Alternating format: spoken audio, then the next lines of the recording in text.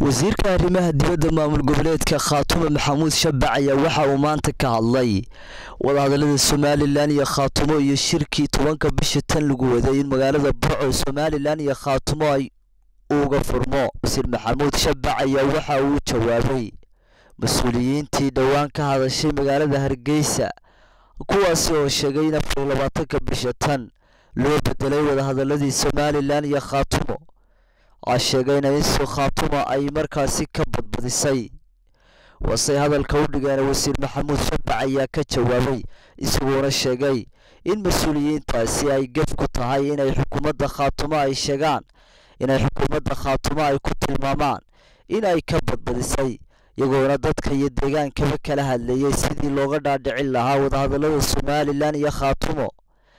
wasiir Maxamuud Shabac ayaa waxa uu sheegay in wadahadalada Somaliland iyo Khaatumo ay muhiim tahay in labada maamulba ay ilaaliyaan nabadda iyo xasiloonida dadkan.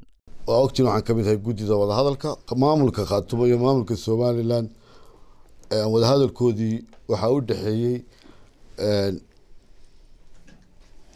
inay sameeyaan sidii dadkan iyo dadkan nabad loogu waari lahaa baloona teeri gareyn lahaa in qof walba qofka kale uu ixtiraamo. press conference-kii ama shirkii jaraa'id ka soo baxay hadii ay noqotay waxay meel ka dhac ku sameysay Khaatumo waxaan jeclaan lahaa su'aashaas in dadkay khusaysaa ka jawaabi doonaan ay sharaxi doonaan. maamulka Khaatumo waxa uu si cad oo aan lahayn wax hesitation ama warwarida waxa uu qaatay ama diiday baaqi ka soo baxay maamulka Somaliland ku saabsanaa inay 24 bisha dib shirki ugu dhigeen tafaasiil khaldanna ay ka bixiyeen. arikaas waxaan idinka sheegayaa inuu wada hadal ka dhex socdo maamulka Somaliland iyo maamulka Khaatumo progress aad u fiican oo aad moodo in dhinac kastaba aqliyeystay dareemay gartay waxa ku waajiba iyo waxaan ku waajibayn.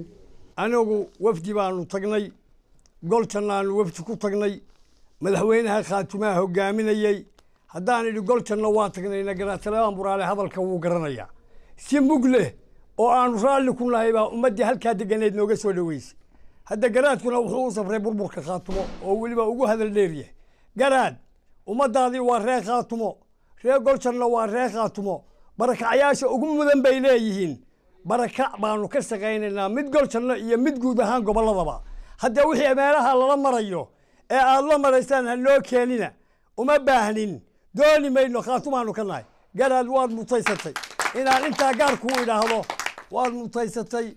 Khaatumo ha jirto ha noolaato midnimada reer Khaatumo ha ilaashadeen wixii unsur ku soo wada ee xamar jirana ilaahay balaha ka dhigo meeshooda ha ku cesho ilaah nooma keeno wixii xumaana wixii wanaaga cid walba oo reer Khaatumo waa ka filaynaa. Sakariya Maxamed Ciise Wadani wararka telefishinka Somali News Woodwood.